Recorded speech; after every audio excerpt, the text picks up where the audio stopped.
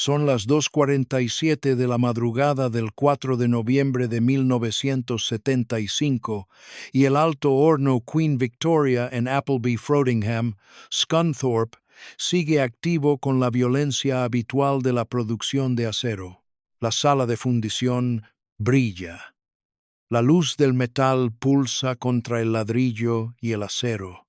El aire huele a polvo caliente, aceite y carbono. Bajo el horno, los hombres trabajan en un ruido tan constante que deja de parecer ruido.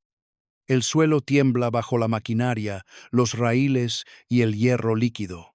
Entonces, la rutina se rompe.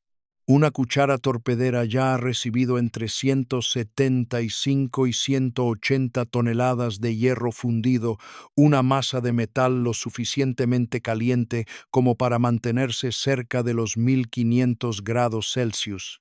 Se observa agua corriendo donde no debería.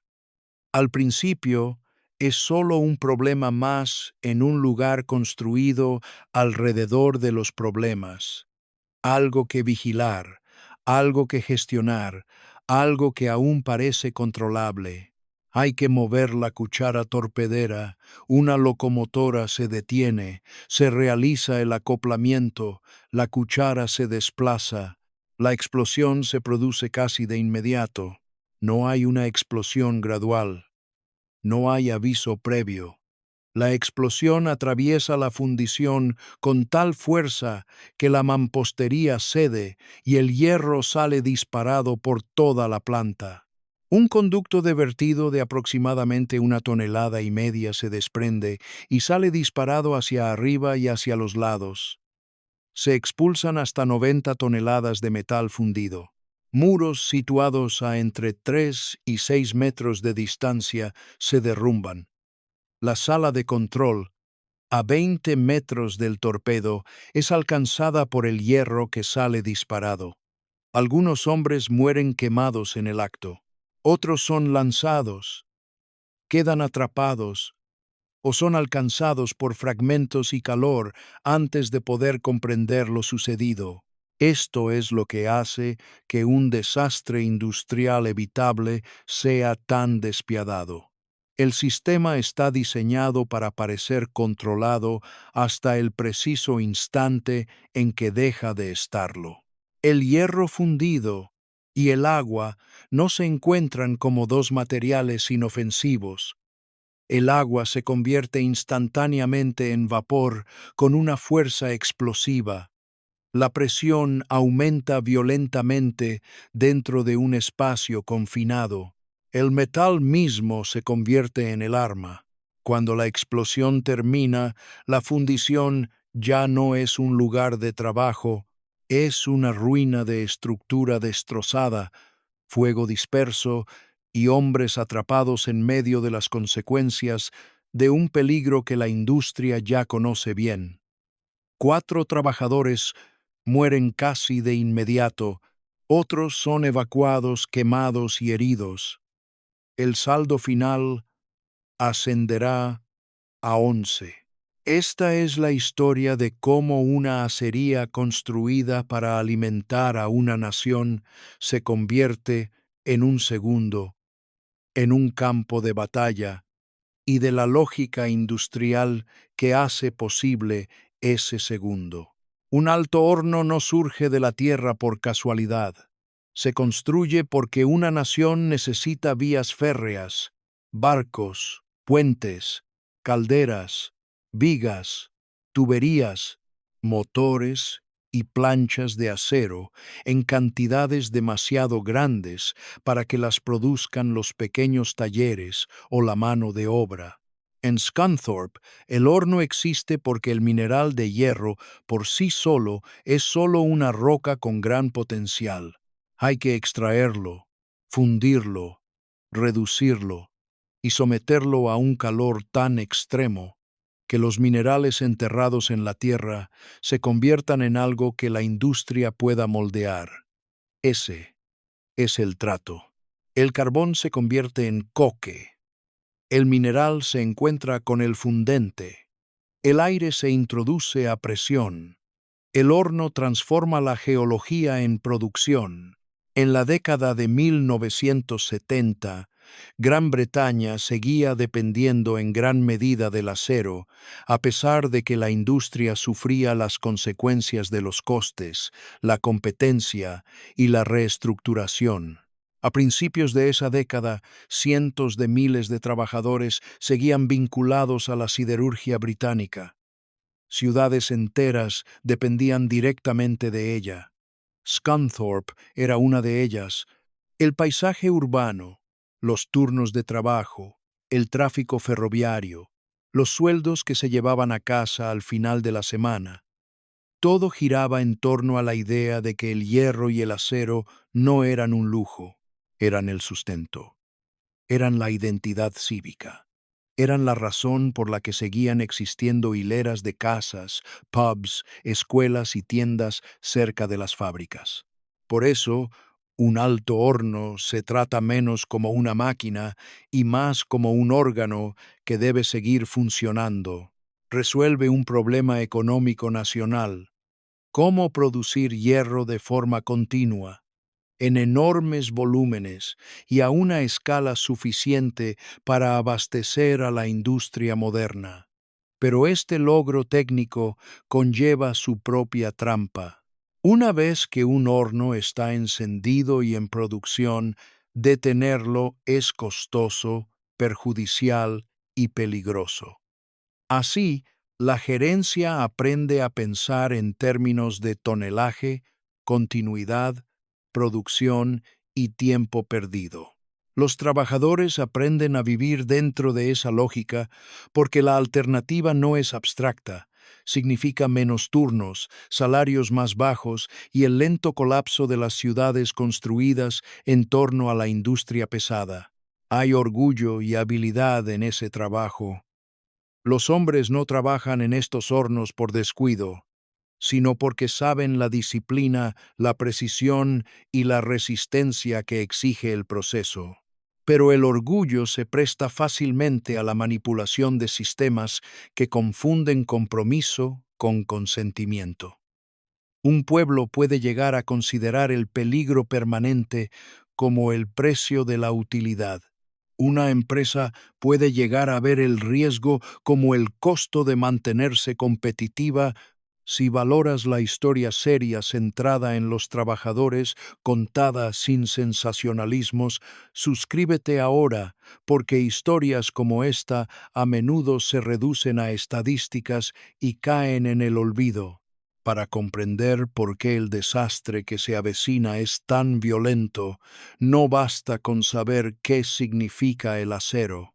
Debemos observar la máquina en sí, cómo funciona, cómo nunca descansa del todo y cómo su aparente calma oculta fuerzas que ya esperan desatarse. El alto horno parece sólido porque así debe ser. Su estructura se alza sobre la maquinaria como algo permanente, ennegrecida por años de calor, polvo y la intemperie, y su masa da la ilusión de control. Pero en su interior nada permanece inmóvil. El horno se mantiene en movimiento, el gas asciende, la carga desciende, el metal caliente se acumula, la escoria se separa. El aire asciende por la base con una fuerza implacable. El ruido nunca desaparece del todo. Siempre hay un profundo rugido mecánico. Siempre vibra el suelo. Siempre el calor penetra a través del ladrillo, el acero y la piel. En la planta Queen Victoria de Scunthorpe, no se trata de una unidad pequeña ni de una instalación temporal.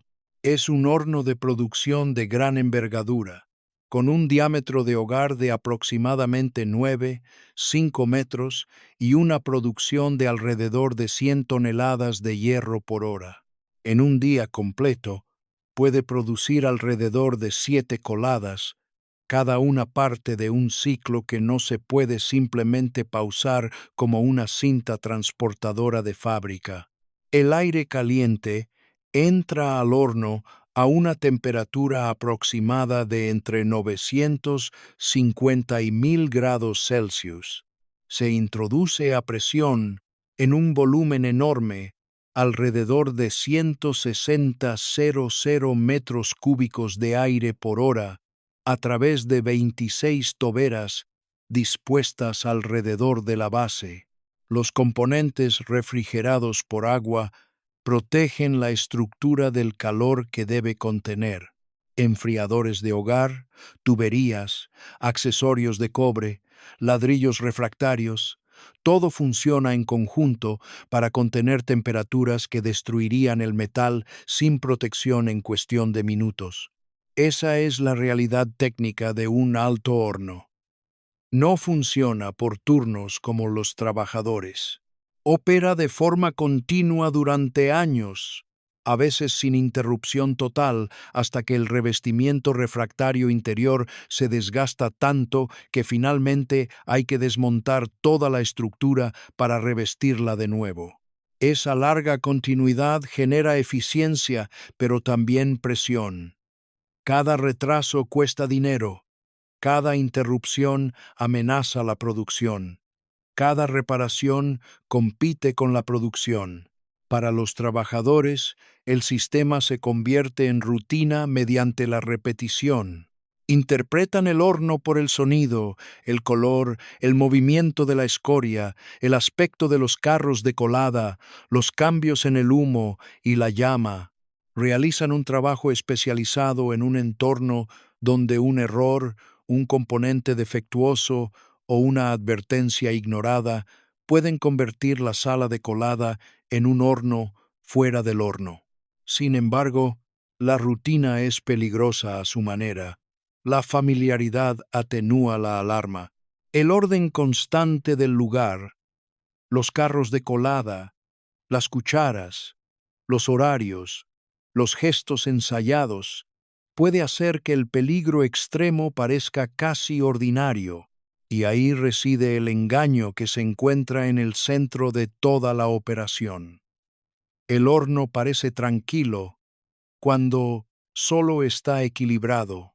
Parece estable cuando solo se mantiene bajo control mediante agua de refrigeración, materiales adecuados, una sincronización precisa y un poco de suerte. El siguiente peligro no se anuncia con llamas lo suficientemente altas como para que todos las vean. Comienza en detalles menores. Dentro de las tuberías, dentro de las conexiones desgastadas, dentro de fugas que parecen manejables hasta que dejan de serlo. Las advertencias más peligrosas no vienen acompañadas de sirenas. Se manifiestan como filtraciones, fatiga, humedad donde no debería haberla, un cambio de sonido tan leve que puede confundirse con la rutina, un atisbo de problema dentro de un sistema ya saturado de calor, humo, vibraciones y riesgos tolerados. En septiembre de 1975, el horno Queen Victoria ya advertía a sus operadores de que algo andaba mal. Tras una parada de emergencia durante un periodo de interrupción, el horno sufrió una violenta perturbación en la parte superior y el coque caliente salió a presión por una abertura de la tobera. Cuando se volvió a poner en marcha el 22 de septiembre, los problemas no se resolvieron, sino que se multiplicaron. Durante las 2 semanas siguientes, fallaron aproximadamente 28 toberas y 10 enfriadores de hogar. Esta cifra es importante. Significa que la advertencia no se limitaba a un único defecto desafortunado. Significa que el horno estaba mostrando signos de tensión interna a un ritmo más rápido del que cualquier administración seria debería estar dispuesta a normalizar. Técnicamente, el peligro es fácil de explicar y casi imposible de perdonar. Las toberas y los enfriadores de hogar ayudan a proteger la parte inferior del horno del calor extremo. Dependen de la refrigeración por agua para evitar que los componentes metálicos se quemen. Si un enfriador falla o un tapón se corroe, el agua puede entrar en lugares donde no puede existir de forma segura. En un alto horno, esto no es una simple molestia, sino una fuente latente de violencia explosiva. El agua que entra en contacto con el hierro fundido o que penetra en zonas de temperatura extrema puede convertirse en vapor tan rápidamente que la presión aumenta más rápido de lo que cualquier trabajador puede reaccionar. Pero el horno no muestra esta verdad claramente. La oculta tras síntomas de apariencia común. Los trabajadores pueden ver agua goteando de los tapones, pueden ver fugas donde no deberían haberlas, pueden oler metal caliente, polvo húmedo, incrustaciones y gas, pero no pueden ver el interior de las paredes del horno. No pueden medir hasta qué punto ha avanzado la corrosión, ni cuánta agua entra en el sistema una vez que se disipa en el calor y la estructura. La gerencia, sin embargo, tiene mucha menos excusa. Según se informa, se han utilizado tapones de acero en enfriadores de cobre durante años. Las fallas en los tapones son frecuentes. No se llevan registros adecuados de renovaciones o cambios.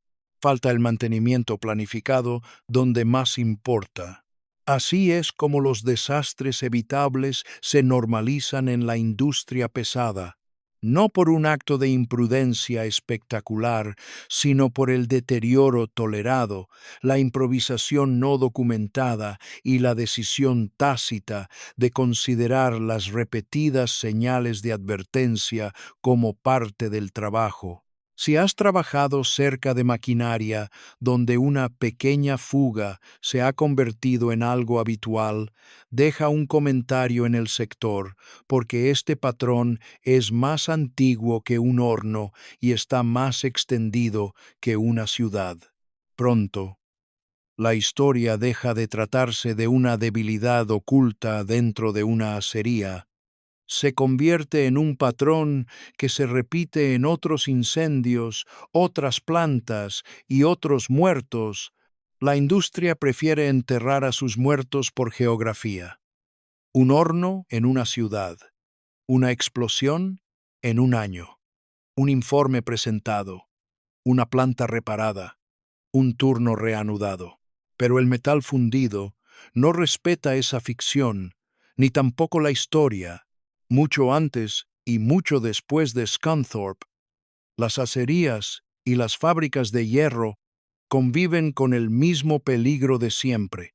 Agua donde el calor no deja espacio para ella, sistemas de refrigeración deteriorados, accesorios desgastados y culturas de gestión que siguen tratando el riesgo estructural como una perturbación local en lugar de una amenaza de clase.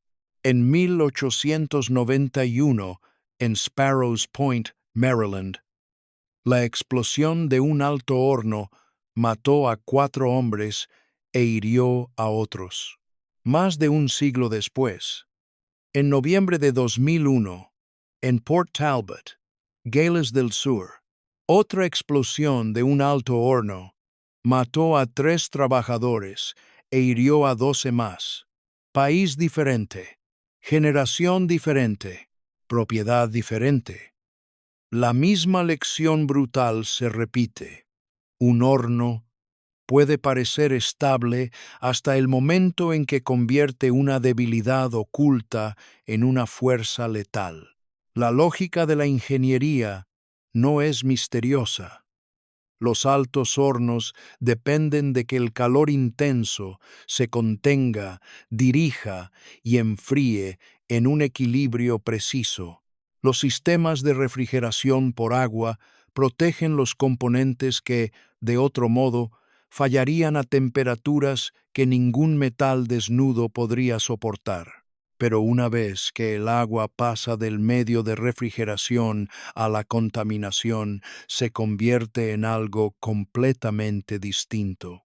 Puede acumularse, filtrarse o entrar en zonas de contacto donde se convierte en vapor con una violencia explosiva. Una fuga ya no es solo una fuga, es presión almacenada a la espera de que la geometría, el movimiento o alguna alteración la liberen. Lo que se repite en estos desastres no es la ignorancia, sino la negativa institucional. Las señales de alerta se tratan como problemas de mantenimiento. Las fallas locales se consideran irregularidades desafortunadas. Los informes se redactan en el lenguaje técnico, no en el lenguaje de la cultura organizacional. La gerencia puede entonces fingir que cada desastre evitable es responsabilidad suya, en lugar de admitir que los mismos incentivos se repiten en toda la industria. Mantener la producción en marcha, mantener la producción, arreglar lo que es visible y confiar en que las consecuencias no llegarán en este turno. Para los hombres en la planta, la situación es diferente. La heredan a través de rumores, cicatrices y recuerdos. Los nombres de plantas lejanas viajan con contratistas y capataces. Las historias circulan por vestuarios y comedores. Alguien ha oído hablar de un incendio en otra ciudad. Alguien conoce a un hombre que vio hierro fundido entrar en contacto con el agua. Alguien recuerda la rapidez con la que el trabajo normal se convirtió en fuego, humo, ladrillos destrozados y un silencio repentino. Los trabajadores a menudo comprenden esta situación antes de que la cultura oficial admita su existencia. Por eso, estos fallos nunca son realmente aislados. Están conectados por mecanismos, por la negligencia tolerada y por la arraigada costumbre industrial de aprender lo justo de los fracasos anteriores para mantener la producción en marcha. Y mientras la dirección archiva cada desastre bajo su propio epígrafe, comunidades enteras siguen viviendo a la sombra de hornos que ya han demostrado de lo que son capaces. El calor del horno no se limita a las puertas, se extiende por toda la ciudad, impregnando las hileras de casas, los turnos de trabajo, los salarios sobre las mesas de las cocinas, la fatiga que se lleva a casa con las botas de trabajo cubiertas de mineral y escoria. En una ciudad siderúrgica, la planta nunca es solo un lugar de trabajo, es el centro neurálgico. Scunthorpe vive bajo esa presión. El trabajo domina el empleo, la identidad y el ritmo diario. Los hombres salen antes del amanecer o regresan mucho después del anochecer, con la ropa impregnada del olor a metal caliente, aceite, hormigón húmedo y gas de los hornos. El pueblo aprende a medir el tiempo por los silbatos, el movimiento de los trenes y los cambios de turno en las puertas. Las tiendas abren según el tráfico de turnos. Las familias organizan las comidas en función de las ausencias de 12 horas. Los niños crecen sabiendo que el resplandor anaranjado en el horizonte no es la puesta de sol, es el trabajo que continúa durante toda la noche. Así es como la dependencia industrial se arraiga en la vida cotidiana. La siderurgia satisface una necesidad económica nacional, pero también genera dependencia local. Los altos hornos proporcionan salarios lo suficientemente altos como para mantener a comunidades enteras. Sustentan a propietarios, tenderos, bares, escuelas, estaciones de ferrocarril, y pequeños negocios que viven del poder adquisitivo de los trabajadores siderúrgicos. Cuando una industria tiene tanto peso, el peligro deja de parecer excepcional. Se convierte en parte del ambiente cívico, tan familiar como el hollín en los alféizares de las ventanas o la vibración lejana cuando las cargas pesadas se mueven por la fábrica. El riesgo técnico sigue siendo inmenso incluso cuando parece normal. Los altos hornos funcionan sin interrupción. Las fundiciones manejan hierro fundido a temperaturas capaces de convertir una pequeña falla en una catástrofe en cuestión de segundos.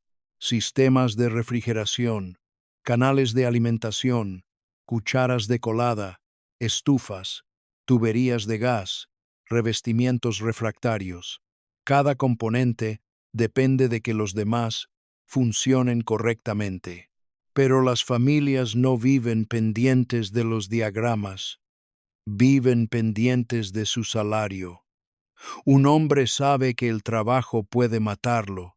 Aún así, va porque a la hipoteca no le importan los informes de riesgos, y porque una ciudad construida alrededor de un solo empleador rara vez ofrece una salida segura. Esa es la presión más cruel en lugares como este. Se les pide a los trabajadores que hagan las paces con el peligro público. Esposas, padres e hijos hacen lo mismo. Normalizan lo que nunca debería ser normal, porque la alternativa es que el desempleo se extienda calle por calle. Así, la casa de escombros se convierte en algo más que una estructura de ladrillo, acero y calor. Se transforma en un vecino silencioso que se cierne sobre la vida cotidiana mientras todos intentan no pensar demasiado en lo que sucedería si el sistema colapsara de repente. Pronto, ese miedo tácito deja de ser un trasfondo y se convierte en realidad, medida no en salarios ni en turnos, sino en segundos. El desastre no se desarrolla lentamente. Espera, se acumula y luego llega en un lapso tan breve que los hombres que lo viven prácticamente no tienen forma humana de comprenderlo. En las primeras horas del 4 de noviembre de 1975, la cuchara torpedo bajo el alto horno Queen Victoria ya contenía entre 175 y 180 toneladas de hierro fundido. La sala de colada resonaba con el ruido habitual de la producción de acero. Motores al ralentí, metal en movimiento, botas sobre polvo, el constante estruendo sordo de un horno que nunca descansa del todo. El calor se colaba por el aire y penetraba en la piel. El humo flotaba bajo el techo. El polvo y la cascarilla se adherían a las superficies húmedas. Entonces se veía agua corriendo donde no debería. No era neblina. No era condensación inofensiva, era un flujo visible que se dirigía hacia el canal y entraba en la cuchara torpedo, continua durante minutos. Ese detalle importa porque destruye la reconfortante mentira de que la catástrofe siempre llega sin previo aviso. Los hombres se dan cuenta lo suficiente como para pedir que muevan el torpedo. Una locomotora se detiene, se acopla. El maquinista soporta la tensión. La cuchara se mueve solo ligeramente, lo justo para liberarse. Entonces todo el equilibrio se derrumba.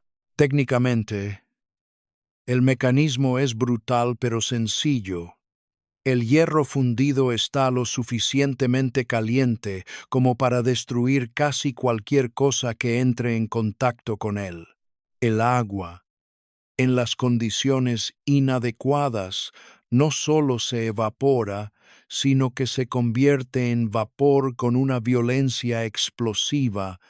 Si queda atrapada o expuesta repentinamente bajo capas alteradas de escoria y metal, se expande con tal rapidez que la presión aumenta más rápido de lo que una persona puede pensar, gritar o correr.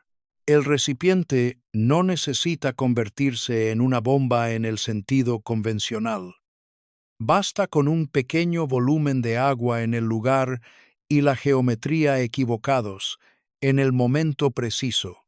Eso es precisamente lo que hace que este desastre evitable sea tan aterrador. El informe sugiere que una cantidad muy pequeña de agua, debidamente confinada y calentada repentinamente, es capaz de realizar el trabajo necesario para expulsar enormes cantidades de hierro fundido.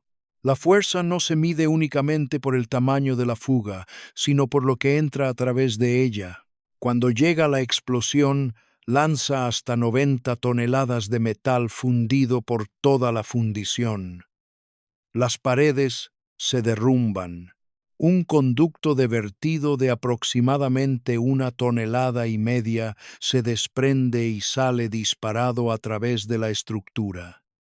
El hierro impacta contra la sala de control, a 20 metros de distancia. Los hombres más cercanos al torpedo quedan atrapados antes de que el movimiento tenga sentido. Otros son alcanzados por el metal que sale disparado, la mampostería que se derrumba o un calor radiante tan intenso que convierte la distancia en casi nada. Primero se oye un rugido, luego una violencia tan total que parece borrar el sonido ordinario, reemplazándolo con el impacto, el vapor y la repentina certeza de que el lugar de trabajo se ha vuelto contra todos los que están en él. Los trabajadores aquí no son hombres temerarios que buscan el peligro. Son obreros siderúrgicos cualificados que realizan una tarea rutinaria según las exigencias de su industria. Esa es la crítica implícita en la física. El sistema depende de su disciplina, su experiencia y su disposición a trabajar cerca de materiales letales. Sin embargo, cuando la presión latente se desata, ninguna de esas habilidades les da tiempo. Y una vez que el primer chorro de metal sale del torpedo, la destrucción ya no pertenece a una sola nave. Comienza a extenderse por la fundición, llevando calor, fuerza y muerte mucho más allá del punto donde se origina la falla. El primer fallo dura solo unos instantes. La destrucción que sigue se extiende más lejos, alcanza a más personas y mata a quienes no se encuentran justo en el centro. Una vez que la presión dentro de la cuchara torpedo impulsa el hierro fundido hacia la sala de colada, el desastre deja de ser un evento puntual. Se convierte en movimiento, un movimiento violento e incandescente. El metal no solo se derrama, sino que sale disparado.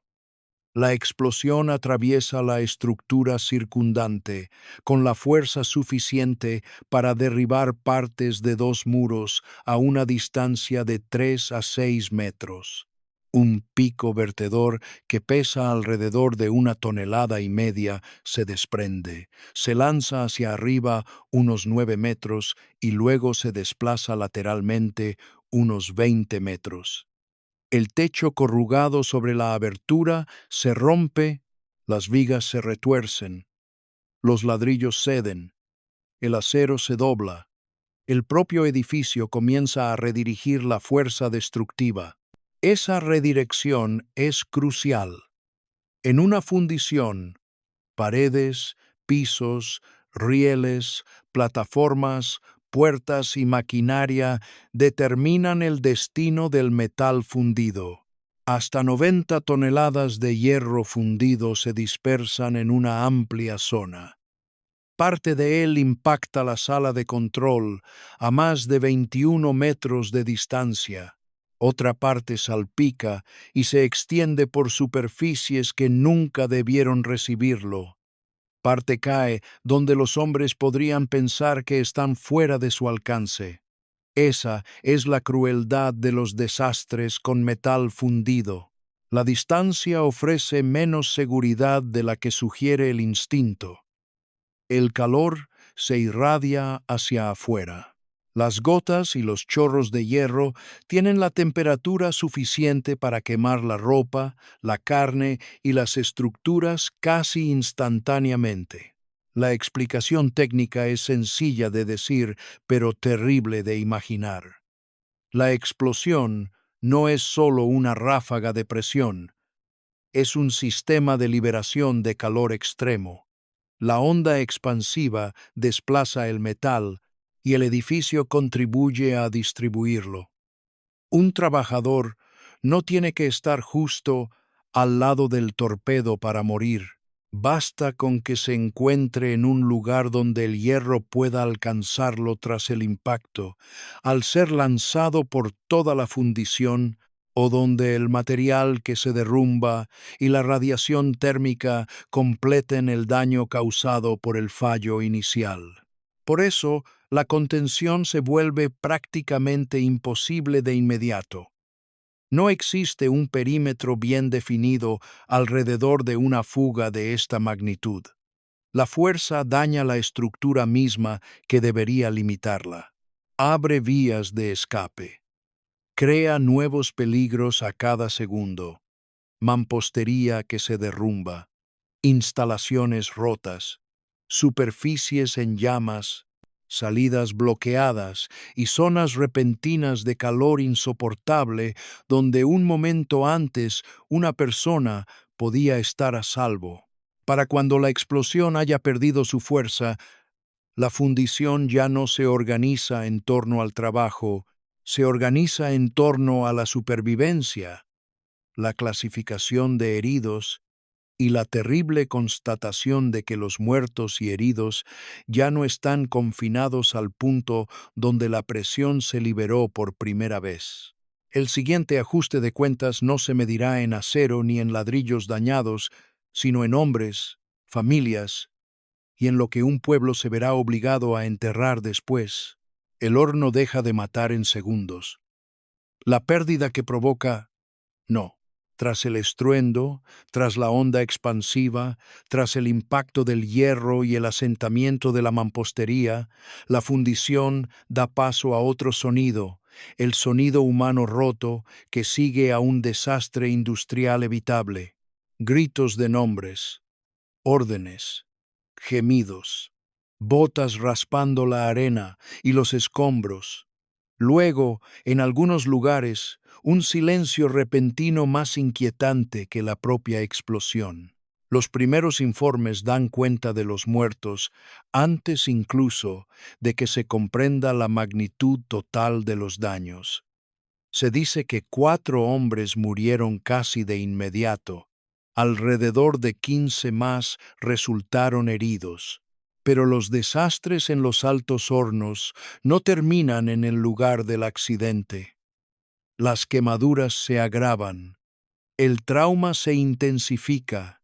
Los hombres que sobreviven a los primeros minutos aún tienen que sobrevivir a las horas y los días posteriores a que el metal fundido, el colapso de la estructura y el calor insoportable hayan hecho estragos.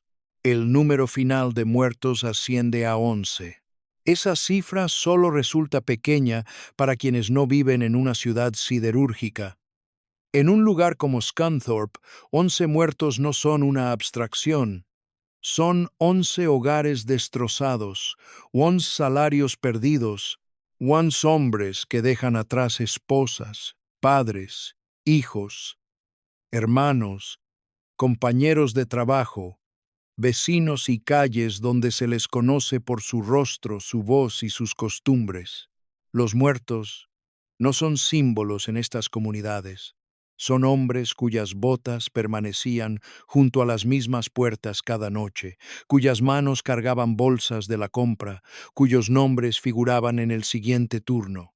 Los registros técnicos hablan de tonelaje, presión, distancias, muros dañados y hierro esparcido. Las familias reciben algo mucho más duro, una ausencia sin una escala útil.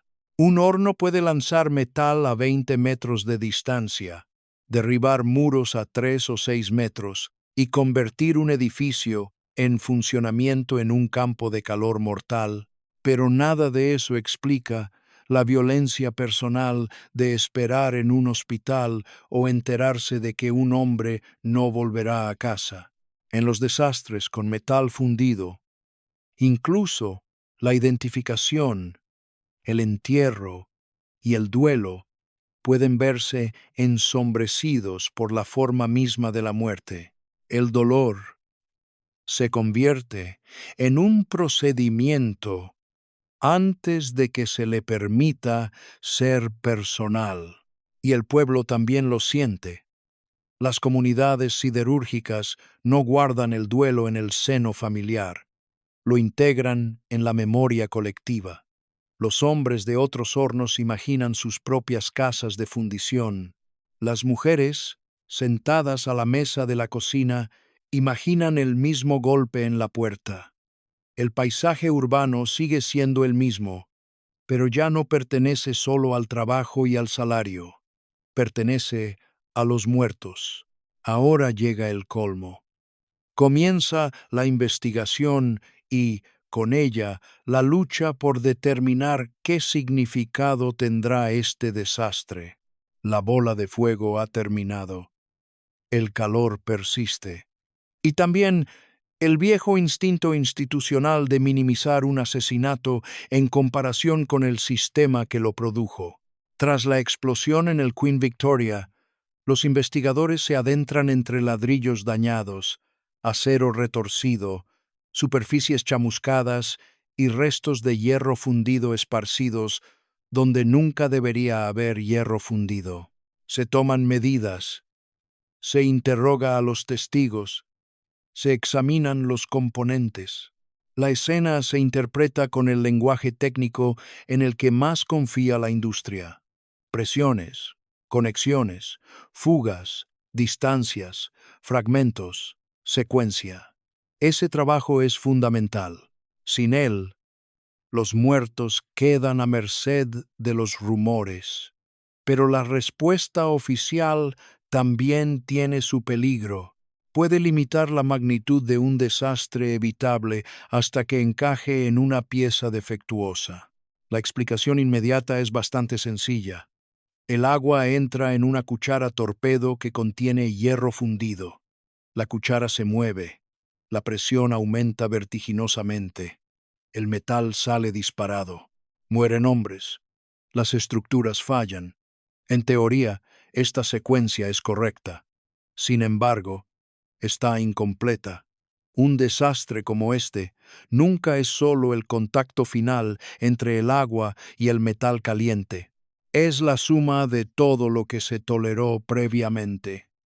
Enfriadores defectuosos, sistemas con fugas, tapones deteriorados, falta de disciplina en el mantenimiento, documentación deficiente y hábitos de gestión que permiten que las repetidas señales de advertencia persistan en la producción. Ahí es donde la respuesta oficial encuentra su límite. Puede identificar el mecanismo y, aún así, dejar intacta la cultura. Puede describir el punto de falla, pero a la vez suavizar los años de toma de decisiones que lo hicieron posible. Incluso cuando los informes se vuelven más críticos, el lenguaje institucional suele ser más limpio que la realidad que describe. Mantenimiento inadecuado, falta de registros, no reconocer el peligro. Estas frases son técnicamente correctas, pero también son frías. Detrás de ellas hay hombres enviados a una casa de fundición junto a un horno que ya muestra repetidos signos de agotamiento. Para los trabajadores y sus familias, la distinción es importante. Una falla de un componente suena aislada, Una falla sistémica suena como lo que es: una cadena de decisiones en la que la producción se impone a la precaución hasta que el costo se paga en cuerpos quemados y hogares destrozados. Los operarios no controlan los programas de mantenimiento, los estándares de diseño, los registros de inspección, ni la autoridad para detener la producción. Sin embargo, son esos mismos operarios quienes están más cerca del metal cuando la gerencia decide que la situación aún es manejable. Así, la investigación comienza a revelar la verdad, pero solo por capas. Primero la parte dañada, luego el sistema con fugas, después las deficiencias en el mantenimiento y finalmente la acusación más grave. Los altos cargos saben perfectamente lo que el agua puede hacer cerca del hierro fundido, y aún así las obras continúan. La pregunta final ahora resuena con más fuerza que la propia explosión. Si el peligro no está oculto y las advertencias no son aisladas, ¿por qué la industria sigue asumiendo el riesgo? Estos desastres siguen ocurriendo porque el peligro resulta demasiado costoso de afrontar. Esa es la cruda realidad de la industria pesada, donde la producción, el mantenimiento y la vida humana se ven obligados a sumarse a la misma historia. Un alto horno no es una máquina que las empresas quieran detener. Una vez en funcionamiento, cualquier interrupción amenaza la producción, los contratos, la planificación, la eficiencia del combustible y la frágil lógica financiera que la producción siderúrgica a gran escala impone a la dirección. El calor debe mantenerse. El material debe seguir fluyendo. Las reparaciones compiten con la producción. Las paradas cuestan dinero de forma inmediata y visible. El coste del riesgo tolerado llega más tarde y normalmente recae sobre alguien de menor rango en la cadena de mando. Ese desequilibrio lo moldea todo. Fomenta una cultura en la que las fugas se convierten en molestias, los componentes defectuosos en retrasos de mantenimiento y las repetidas señales de advertencia se incorporan al lenguaje cotidiano hasta que toda la planta empieza a hablar de peligro como si fuera simplemente parte del oficio. Técnicamente, el peligro no es misterioso.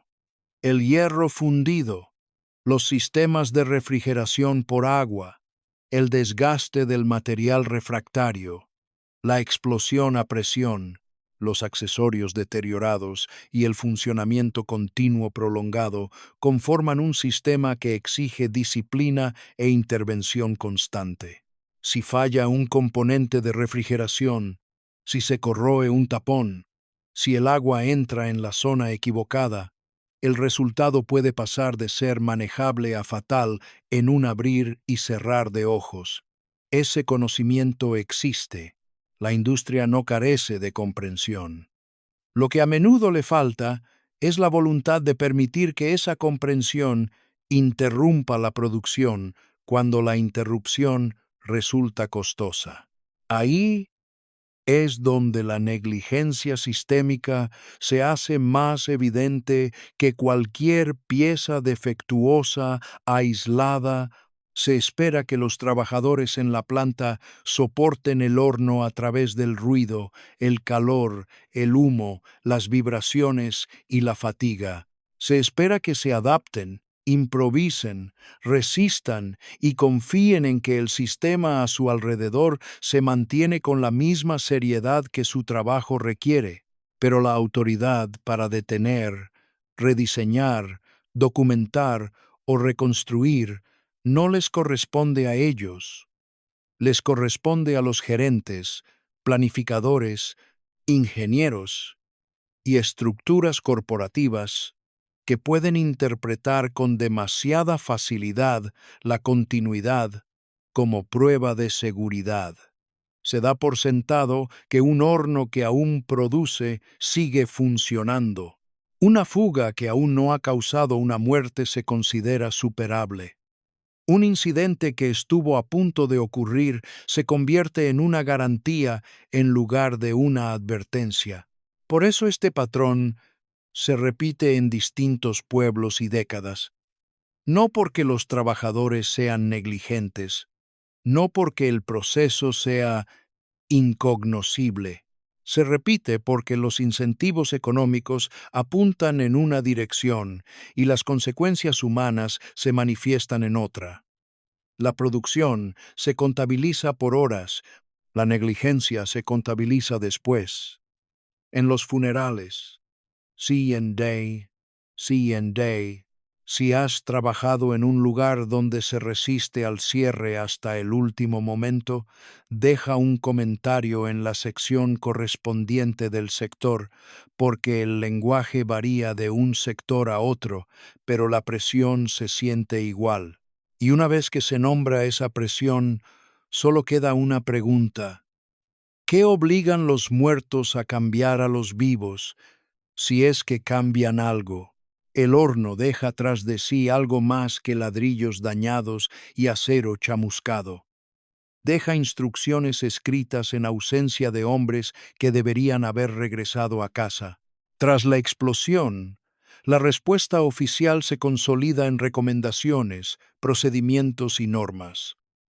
La entrada de agua en una cuchara de fundición ya no se considera un inconveniente manejable. Se reconoce como lo que es, un peligro extremo que exige evacuación, distancia y autoridad dispuesta a detener el trabajo antes de que la presión convierta el calor en una masacre. El mantenimiento no puede seguir siendo informal. La renovación de los tapones no puede quedar sin documentar. Los sistemas de refrigeración no pueden dejarse llevar por la inercia, la improvisación o la mera esperanza. La ropa de protección debe llegar a todos los trabajadores expuestos al riesgo de metal fundido. Las normas de diseño deben seguirse como disciplina de ingeniería, no como opcionales hasta que el próximo fallo demuestre su razón de ser. Técnicamente, ese es el legado. Un alto horno es un sistema continuo, y los sistemas continuos castigan cada debilidad que la gerencia decida tolerar. Agua de refrigeración, desgaste del refractario, accesorios corroídos, componentes envejecidos, registros incompletos, reparaciones postergadas. Nada de esto suena dramático cuando se escribe en un informe. En la sala de fundición se convierten en algo más. Se convierten en un peligro latente. A la espera del movimiento incorrecto, la fuga incorrecta, el minuto incorrecto, en el turno incorrecto. La lección es simple. La maquinaria compleja no perdona la negligencia administrativa. Para los trabajadores, el legado es más duro. Las normas creadas tras un desastre evitable siempre dejan una huella amarga. Admiten que el peligro era previsible. Admiten que la protección era posible. Admiten, sin decirlo explícitamente, que hombres murieron en condiciones que deberían haberse tratado con mayor seriedad antes de que el horno se encendiera contra ellos. Por eso importan los monumentos conmemorativos, no como decoración, no como cierre, sino como corrección. Obligan a una empresa, a una ciudad y a una industria a reconocer que los muertos no fueron un costo aceptable de producción. Sin embargo, la lección más perdurable trasciende Scunthorpe. La industria pesada sigue cayendo en la misma tentación. Confundir experiencia con seguridad, continuidad con control, producción con competencia. La codicia no siempre es evidente. A veces se manifiesta como un turno más, un parche más, una fuga más que se considera superable porque lo fue ayer. Así pues, la imagen final no es la explosión en sí, es el horno después, que permanece en silencio en la mente mientras los nombres de los muertos siguen donde deben estar, en el centro de la historia. El metal se enfría, los informes se archivan, el pueblo sigue adelante. La pregunta que queda es si la memoria hará lo que la administración no hizo: detener el próximo desastre evitable antes de que el calor vuelva a subir